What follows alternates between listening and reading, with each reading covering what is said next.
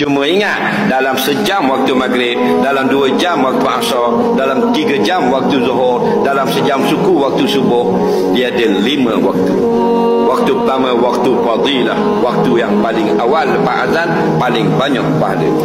Waktu yang kedua 15 minit lepas azan, dia panggil waktu ikhtiar, waktu yang kita boleh pilih.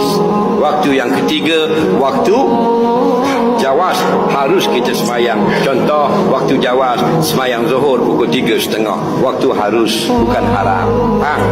Dan dia ada waktu karahah, waktu makruh, 15 minit, 20 minit lagi nak masuk waktu lain, waktu karahah, dibenci kalau semayang waktu itu. Maksudnya semayang ni tidak berdosa, semayangnya sah, tapi pemilihan waktu itu tidak disukai oleh Allah kalau kita sengaja. Dan ada satu waktu yang memang haram, iaitu waktu tahrim, hampir masuk waktu lain baru nak takbir. Haram perbuatan kita, bukan perbuatan semayang haram, melambatkan itu yang haram.